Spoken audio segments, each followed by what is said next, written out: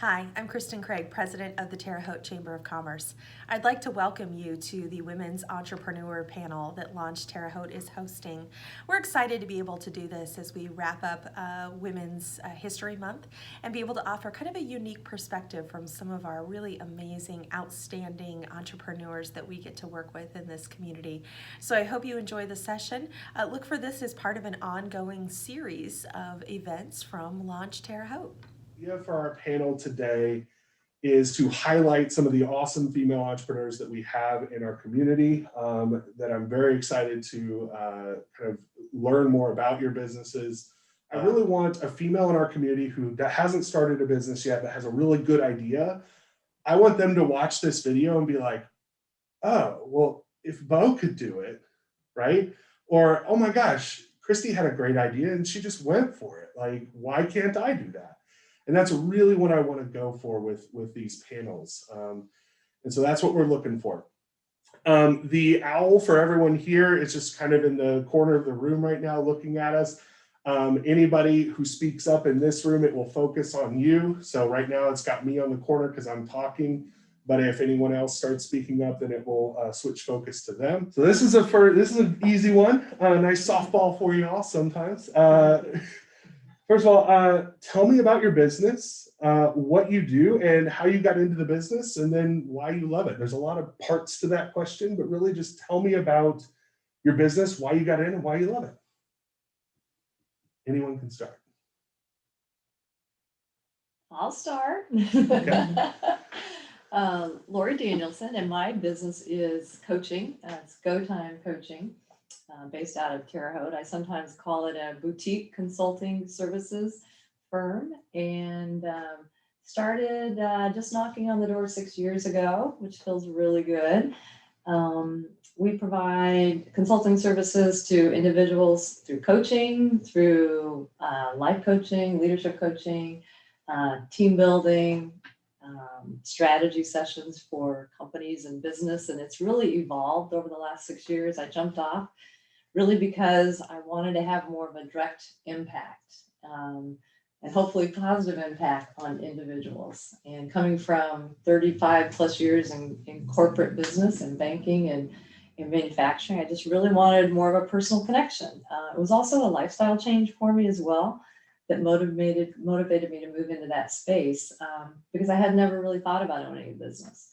It wasn't something I dreamt of doing and was on my bucket list, but it just came at the right time that I just was compelled and drawn to learn some new skills to have a better impact, hopefully positive impact on individuals. So that's the why, and that's why I continue to get up and get excited about meeting one-on-one with people, learning more about businesses, helping teams grow in their ability to have greater impact together, and working as one team in better ways, and companies as well. So it's really, I like to help people find focus, passion, and then take steps toward that. And it's really, really been great. And I'm excited to hear about everybody else's role and what you're doing too in your businesses. Awesome. I'll go. So my name is Tradara McLaurine. I currently serve as the Executive Director of the Career Center at Indiana State University. In 2016, my husband, business partner, and I opened Wingstop here on 3rd Street in Terre Haute. That has grown, that there are now 4 locations, and my husband and business partner, Chris Tooley, was on the Black Entrepreneurs panel and talked all about Wingstop when that panel happened. I would say I consider myself as a hybrid entrepreneur because I still work full time. I work at ISU and then help wherever I can on the business on the side. And that was something that my husband and I always wanted to own a business. We've talked about it. Wingstop was not the first thing that came to mind, but we've always talked about owning a business. But having 2 kids and just thinking about it financially was wondering, like, are we ready to jump into that full throttle and go into that journey? So that's why I say I'm hybrid entrepreneur in a way. So trying to navigate both areas of that life. And then I'm also an author, so I've written 2 children's books, Why Mommy Works and Why Daddy Works. And the purpose of those books was because we were working all the time, trying to get the business off of the ground. And so that, took a lot of late nights. It took where, my husband used to travel for work a lot. And we just wanted a way for the kids to understand why there is always a laptop with us or a phone with us, and trying to understand that work-life balance or whatever it looked like in the moment. So that's what really brought me to working on the book and publishing that and trying to really understand this hybrid entrepreneur life. I'm getting closer to just being full-blown entrepreneur. As my kids are getting older, I really want to make sure I'm allocating my time in the best way. So I want to do more on the business front, and I'm going to leave my position at Indiana State in June, which is still kind of hard for me to think about. But I realized that women can have it all. I know sometimes it's seen as you can't be a wife, you can't be a mother, you can't be an employee. It's hard to have all those irons in the fire.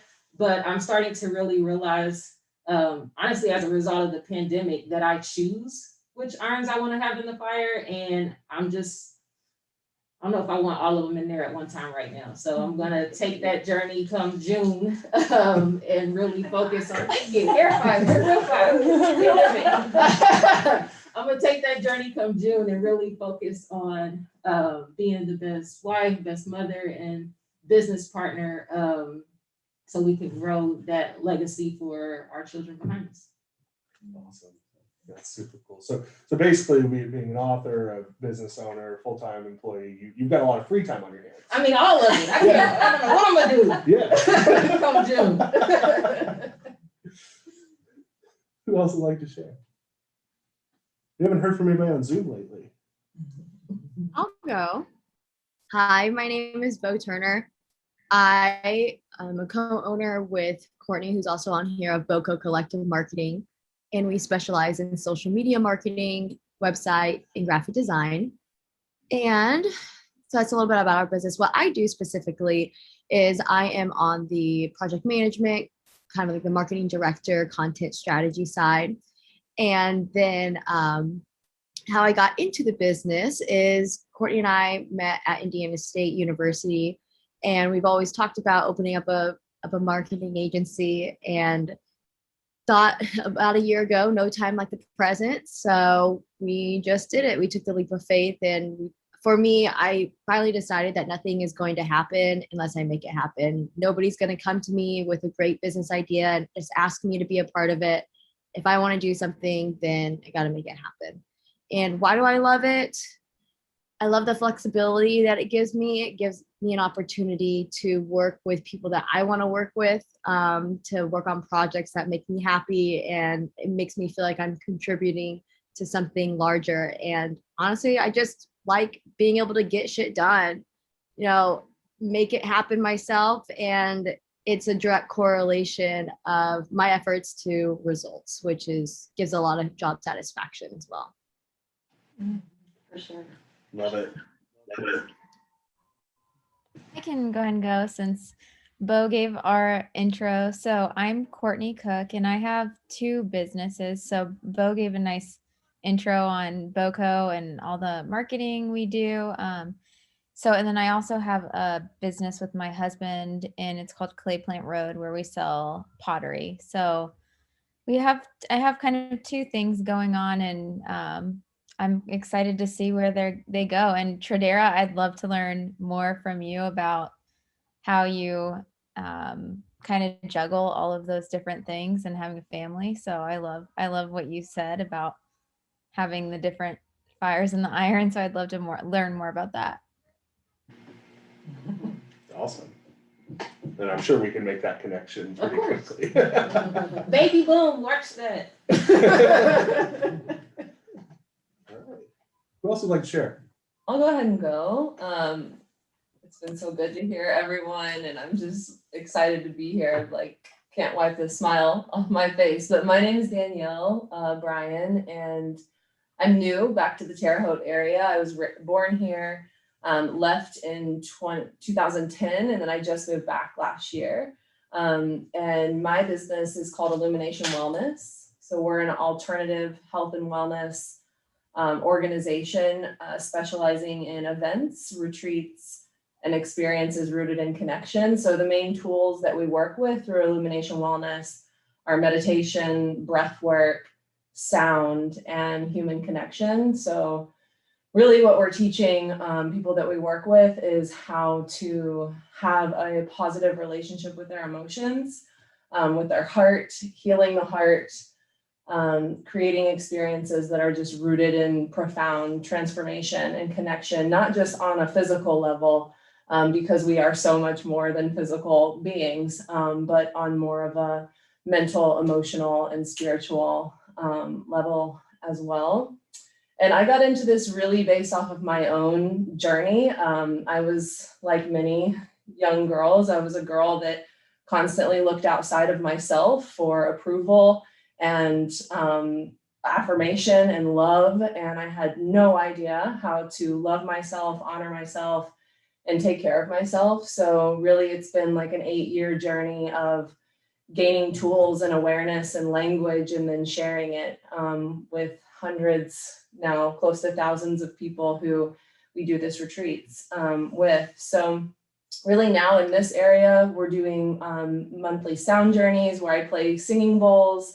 We're starting some yoga teacher training, meditation teacher trainings, and really uplifting people who want to be leaders in the healing space. I moved here from Austin, Texas, where healing and holistic wellness and alternative healing is just profound and it's everywhere. And so I'm really committed to just being a safe outlet for having these conversations about healing and having those experiences as well. And I love it because just like it's just so powerful, like this, like committing to self-love and committing to supporting each other on this deep of a level. Like my work just feels really powerful, especially now. It feels like many people are searching for ways to know themselves on a level that's deeper than the physical. And this work truly can provide a way, not the only way, it's just a way to do that. So happy to be home. Good to have you here. Yeah, that's awesome. That's awesome. It's interesting because people, especially during the pandemic, right? They were working from home. They're spending a lot of time with themselves, right? And so now they might be coming to you saying, I need to know myself a little bit better, right? Who is this person I'm sitting with now all the time, right? So that's kind of cool. That's really cool. Christy, how about you? Yep. Okay, I'll go. I love hearing y'all talk because I feel like, I don't know, I can identify with a little bit of what everybody has said already. So that's kind of nice. So yeah, I'm Christy Kiesel. I am a licensed occupational therapist. I got my master's degree back in 2008 from occupational therapy. So what that is basically, it's always been thought of as like a rehab career. But let's see, basically my business is maternal health therapy and wellness. And what I'm doing with that is focusing on women and pelvic health, pelvic therapy, especially. So why I got into it, I did a little bit of outpatient pelvic therapy work when I lived in Oregon, right before we moved to Indiana. And once we moved here, it just didn't feel like, I think I can relate to like how Bo was saying, I think I was waiting for somebody to be like, hey, you have these skills, come work for us, but it just wasn't ever coming up. And I really feel like the need is here in Terre Haute. I mean, I think we only have one outpatient clinic for pelvic therapy, right now. So anyway, I know it's a common issue in the field of therapy and rehab anyway that isn't fully addressed. So I opened maternal health therapy and wellness basically like 2 months ago. So I haven't started seeing any clients yet. I'm still trying to like just get everything in place. But I plan to do virtual visits and home visits. And my reasoning for that is because there always seems to be this gap with women after they have a baby and when they get back to their OBGYN of like a 6 month, or sorry, not 6 months, 6 week mark, where they're just not seeing anyone. And if they don't have any support in terms of their family, it can be a really difficult time. And I see that transition for women where they go into that mom role as just a really great opportunity for us to build healthy habits. I really believe if we can build those healthy habits, then it sets a great foundation for women as we age to be able to stay healthy and to be able to cope with stress and just prevent issues like urinary incontinence and also things like depression. So I don't know, my concept is really big, but I tried to niche it down a bit more so that people can really understand what I'm trying to focus on. And primarily that's pelvic therapy, but I also do some, besides therapeutic exercise, I do cognitive behavioral therapy, and I have advanced training in sexuality, intimacy, so relationship focus, that type of thing. So hopefully that makes sense. Awesome. That's cool. Big ideas, Christy. No, there's nothing wrong with big ideas and large projects. So definitely really cool. Really cool. So let's get into some questions here. Let's talk about the female journey of the female entrepreneur journey a little bit. Can you tell me about a time when you may have felt out of place as specifically a female entrepreneur, and then what you may have learned from that experience?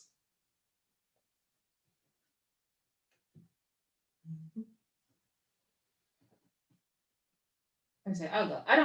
I wouldn't say I felt out of place, but being in business with my husband, a lot of times just naturally when we're in the room with someone else, they gravitate towards the male.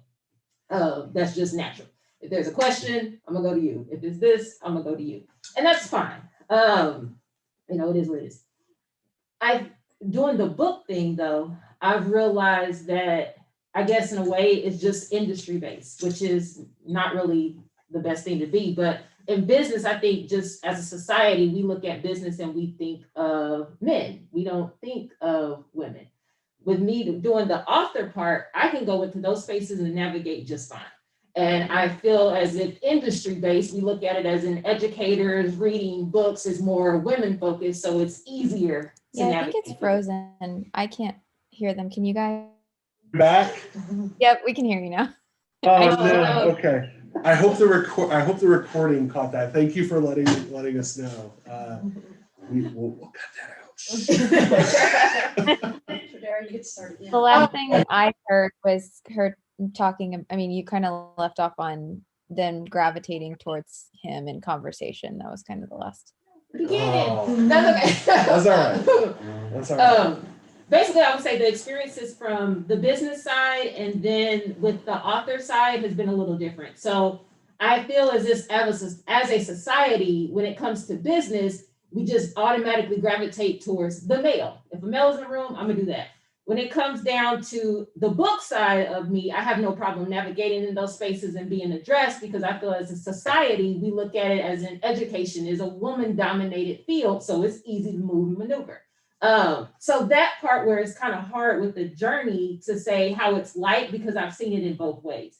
I also don't want to say it's all focused on, they don't talk to me because I'm a woman. They don't talk to me because honestly, they don't see me. As I said, I'm working at ISU full time and I'm behind the scenes. This like, I really don't know you exist. I see them more often than I see everybody else.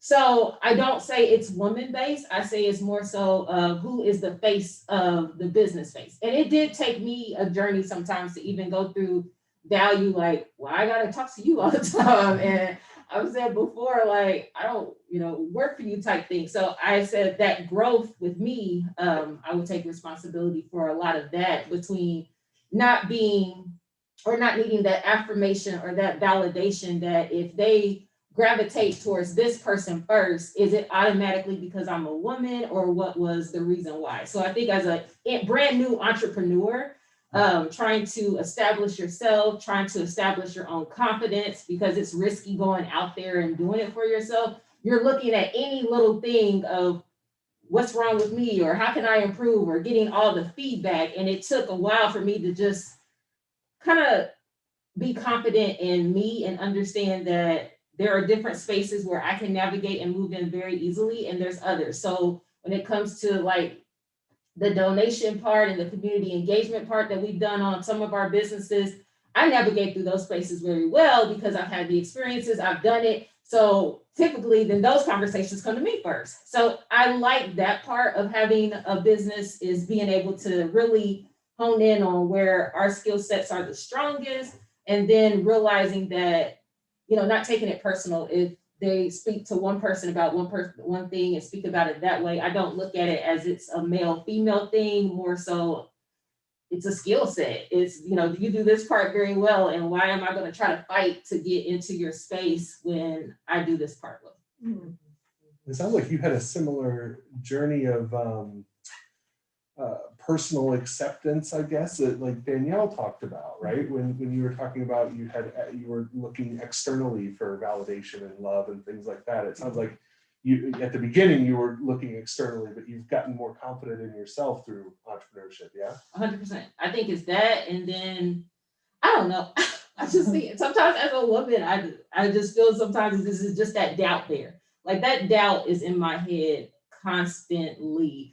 So it just got to a point where I just didn't give a care. And I don't know if it happened because I turned 30. But at that time, I was just, whenever I turned 30, and I was just like, screw it. I mean, if you like it, you like it. You don't, you don't. And then I just felt okay. Like I felt like I didn't have to be in that space. I went through that age of, I have to prove myself, and I know this, and recognize me, and do all that. And now I'm like, if you recognize it, you recognize it. If you don't, you're lost, and I'm gonna move on with however I need to move. So it took, I don't know if it was age, I don't know if it was that second child that made that happen. I don't know what it was, but I started to get that own internal confidence where I didn't need the external validation as much. that's awesome. That's awesome. Who else would like to share a little bit?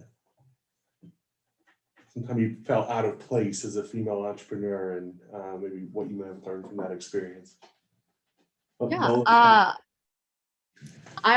I'll say whatever. I go to for business development, we go to a lot of like networking events in Indianapolis, and it's usually in the beginning whenever if there is like a lot of men around or something, and they're like, as we're starting out, I do feel out of place as a female because I just can't relate to them just on certain hobbies or even their business. And until women start showing up and we can talk about their business or, you know, just like girl things, I do feel out of place. And Courtney and I were kind of talking about this while we were looking over the questions. We're like, there's times when we try to so hard to relate to the guys or their interests because we want to be likable, we want to be relatable. And very rarely have we ever encountered men trying to find out about us. Like, oh, wow, you're really into these workout classes. Tell me more about them. It's always, for the most part, what we experience, it's us trying to adapt to them or relate to them and not the other way around. So way that what I've learned from that experience is, you know, trying to find some common ground.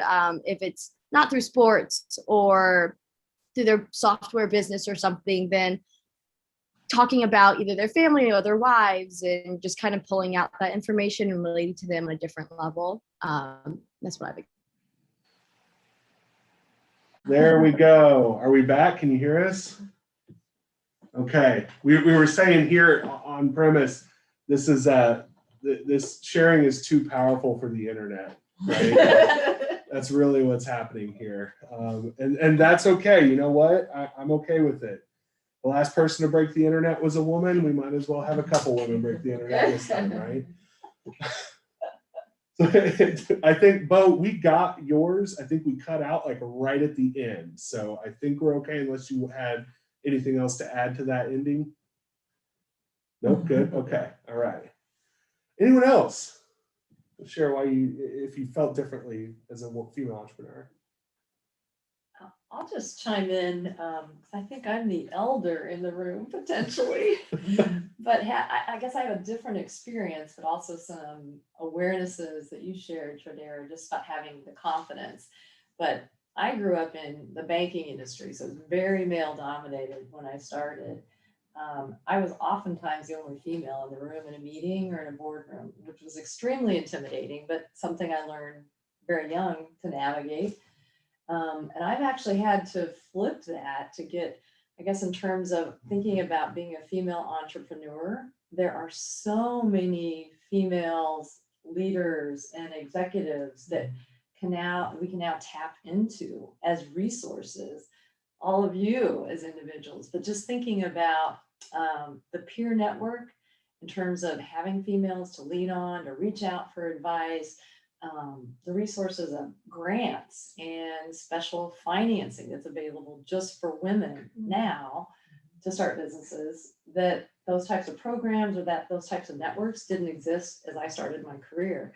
So I think it's a great time for women to start a business, number one, but I've actually had to learn to navigate, because what I used to do, navigating a male dominated world that I was living in, now learning to navigate and tap into the wonderful female and leadership and resources that are available. That wasn't natural because I spent so many years navigating the other. So that's a new kind of awareness. And then in terms of just being an entrepreneur and having early on in my business introducing yourself and saying, Lori Danielson, president and founder of Go Time Coaching. It was hard to say that sometimes, to say I'm president of this and I'm the founder of this. And I struggled with that for a bit, to feel confident in that I have something to offer here. The other thing I did for the first 3 to 4 years was say yes to a lot of things, which allowed me to try things on for size, but I also got spread very, very thin, very, very quickly. And that was not what I wanted to do in venturing out as part of my kind of lifestyle that I was seeking. So that taught me, the awareness was say yes to the things you want to do. The clients, like you said, Bo, the clients that you want to do business with, where your values are aligned and where you feel like you can really make a difference, that it's okay, whether you're a male or female entrepreneur, to make those choices that are right for you at the time. It doesn't mean those are always the same choices you're going to make, but make the right choices for you in your business and how you step forward into it. I would say on the flip side, that's where I learned how to say no. Because I still say yes to a lot of stuff. And it got to the point where, why am I saying yes to something that I have done 1,000 times? I realized that it's going to take me away from something else that I needed to do. So learning, and I think that's a blessing about being an entrepreneur, is that you have the power to say no. Yes. And if you want to say no, you don't have to answer to anybody else about that no.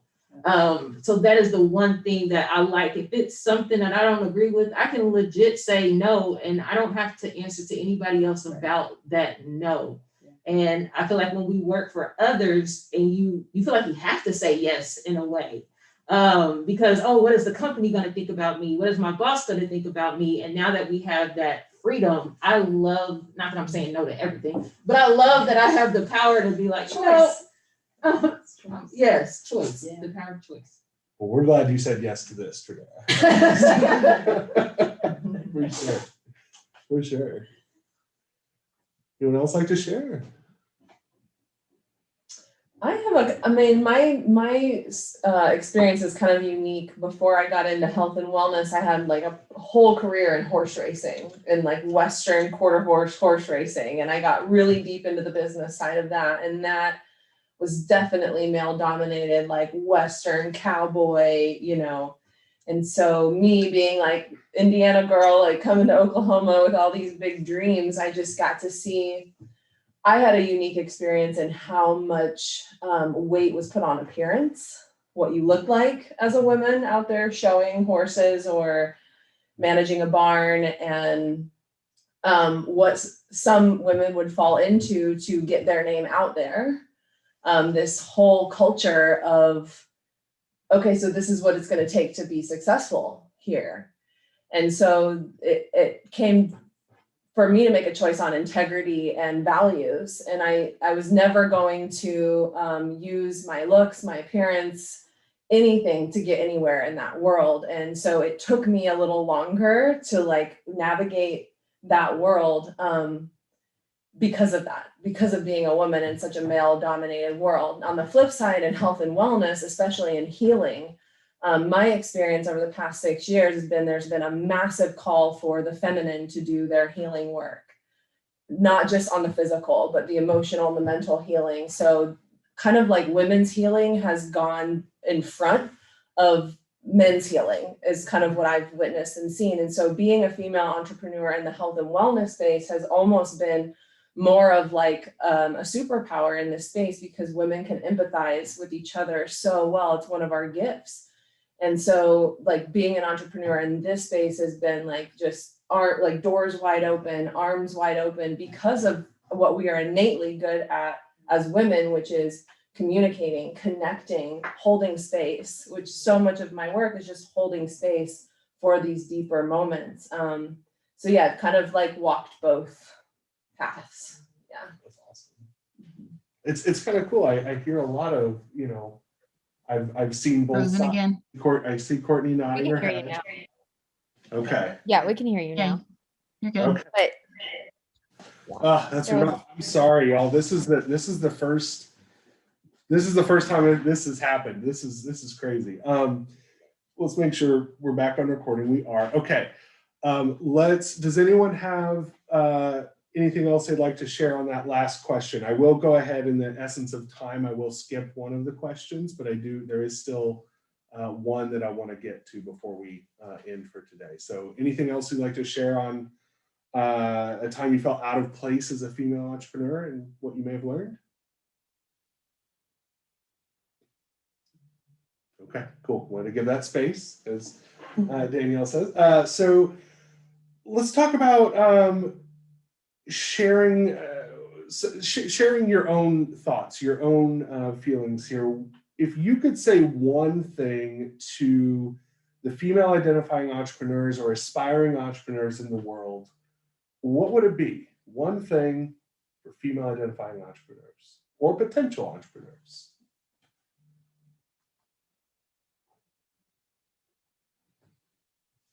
Well, you kind of skipped the one that I felt like I wanted to talk about, so I'm going to combine the two. Hey, that's okay. Have at it. So I feel like something that I've had to really try and work on, and it kind of, I know a couple of you kind of said things. I think Lori kind of said something similarly, but I felt like, and Bo mentioned we go to a lot of events where we have to network and everything, and I've noticed I'm really bad about like trying to make myself sound smaller or littler than I am. I always want to say, like, I've caught myself saying, I work at BoCo and I'm like, no, I am an owner. I I need to be confident and say, what I actually do. And I mean, because the thing is if I don't say, how almost proud of myself I am, like they are not going to see that confidence either. And they're also not going to think that they don't take me seriously in a way too, if I don't kind of tell them what I actually do. So that is something I am recommending to others, to be confident and say what you are firmly. And I don't know. Bo feels the same way about that. You didn't say it, but I heard be proud of yourself. Yeah. Is that where we're, be proud of Yep. yourself. Yep. Okay. Yeah. Yeah. Yeah, can I add on to that? I totally agree. I think a big thing that I continue to have to tell myself too is like, it's okay if I fail. Like, it's okay to fail. I think perfectionism is I feel like it's a big piece for a lot of definitely young women. I think as we get older, I've noticed it seems like we let that go, and I think, Tradara was kind of speaking to that, I think. Yeah, I think that's a big thing. I would let young entrepreneurs or new entrepreneurs know, I guess. It's okay to fail. And I think it's easy to say have confidence, but it's something that takes time, especially when you're like conditioned as a girl to act a certain way or be a certain way in order to almost like please everyone. It takes time to kind of crack that shell and let it go, right? So I think, yeah, and it's like I think a better word I was maybe looking for previously too is like I'm always afraid to feel arrogant. And it's not that by any means. I don't think we come across as arrogant. It's just, I don't know. I was gonna say it's a fear of being, which I'm not gonna cuss, but a bee. Like I feel like if I'm very powerful, somebody will like this bee Cut out again. Let's get back to it because I know we've got a few minutes and I know Christy has to get the kids. So last question here. If you could say one thing to the female identifying entrepreneurs or aspiring entrepreneurs in the world, what would it be? And I know we've heard from Courtney, a little bit from Tradara. What do you want to tell people? And Christy as well. What do you want to tell those aspiring entrepreneurs? I'll go. Mine's kind of twofold. The first part would be trust yourself. Like really trust yourself, you know, like there's so many resources and tools and people that are gonna try and tell you what's best for you, but like truly like you know what's best for you, you know where you want to go. And I know in my case, like sometimes my dreams and my visions feel so big that it's been like, well, how are you going to do all that in a lifetime? And so the second piece is, you know, be in it for the long game, play the long game in your business. So often, you know, we can want that shiny thing right away or that result right away. But if you really like set up your business, like I'm in this for the long haul, I'm building an empire, I'm building something that's going to span time and affect people over timelines, then it kind of makes like failing feel a little better. It's like, it's okay. I know where I'm going. I've decided that I'm in this, I'm in it to win it. So, you know, just keep playing that long game, even when if the short-term results aren't there, you at least have your long game plan to always look back on, like knowing where you're going. That's awesome. Yeah. When you have these big ideas, a small failure here isn't necessarily tanking everything, right? It's part of the long game. Yeah, because you're gonna mess up. Like you're gonna mess up and like things are gonna go wrong and like you're gonna feel like an idiot sometimes. Yes. Yeah. You're not gonna go that direction again. Yeah. If you do, it's differently. Mm-hmm. So mine really was because I had to trust yourself first. You know yourself better than you, but trust is important every day when you wake up. And then secondly is about relationships. Honor them and leverage them. People want to help. People desperately like to be of service more than we think they do. And I think I can speak for myself, but I've learned and heard this from so many other people.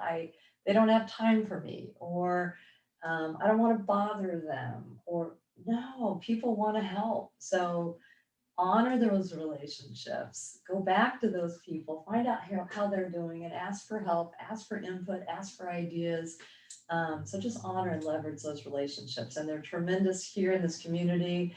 They're tremendous across the state as I've gotten more involved at a state level and even looking out across the country or global, if that's what the big picture is. But people and humanity want to help. So relationships are king. For sure. And just a shameless plug, because we're here, Launch Terre Haute is in fact a great place to build those relationships. So I think that's a big part of it as well. Christy, Courtney, I know we heard from you a little bit, but anything you'd like to add? Uh-oh. I would like to add to that. I want to echo everything Lori said about the relationship building, and also, I guess, to spin off on that a little bit, finding a mentor and really being able to find those people that you want to grow with, like that are doing the cool stuff that you're doing, and pick their brains and bridge your network. And then, sorry, that distracted me. And something to add on to it is, especially for the perfectionists, that to just do it, and you don't need to have a pretty bow wrapped on it and presented. We just do it, and you'll learn on the way, and to never stop wearing too many hats, because you're gonna have to wear a lot of hats, but at the same time, figure out how to find good people on your team and build it out so that you're not running yourself into the ground and you're getting exhausted and burned out within a year or so of your business. So, Yes. Yeah, and to kind of expand on that, I think so one of our mentors, he was a huge advocate for, like Bo mentioned, wearing a lot of hats. And I think that our pottery business has been so successful because, I mean, I've really had to get good at a lot of different things, I mean, it is actually creating pottery, but it's also, having to do the marketing for yourself and photography and design and everything. So I think learning a lot of things about, you don't have to be the best at a lot of things, but learning about a lot of different areas has helped me in my business. Awesome. Good stuff. Good stuff. Anyone else? Any final thoughts from anyone? Okay, I do want to take just a second to thank the Terre Haute Chamber of Commerce for letting us put this on, and launch Terre Haute, obviously, for hosting. And then our amazing panelists today. I really appreciate you all coming out and sharing pieces of yourself for the whole wide world to see, and having confidence in yourself. This is really, really cool. We will have links to all of your businesses on the description of the YouTube video. And so we will share that out as soon as it is done. But I want to thank you all very, very much for coming in, both physically and virtually. Thank you all for this wonderful experience. This was really good. I think I learned a lot, and I hope we were able to impact some individuals today. So thank you all very much. Have a wonderful day. Thank you. See ya. Bye-bye. Classic Zoom wave. Oh, I'm so glad I recorded that.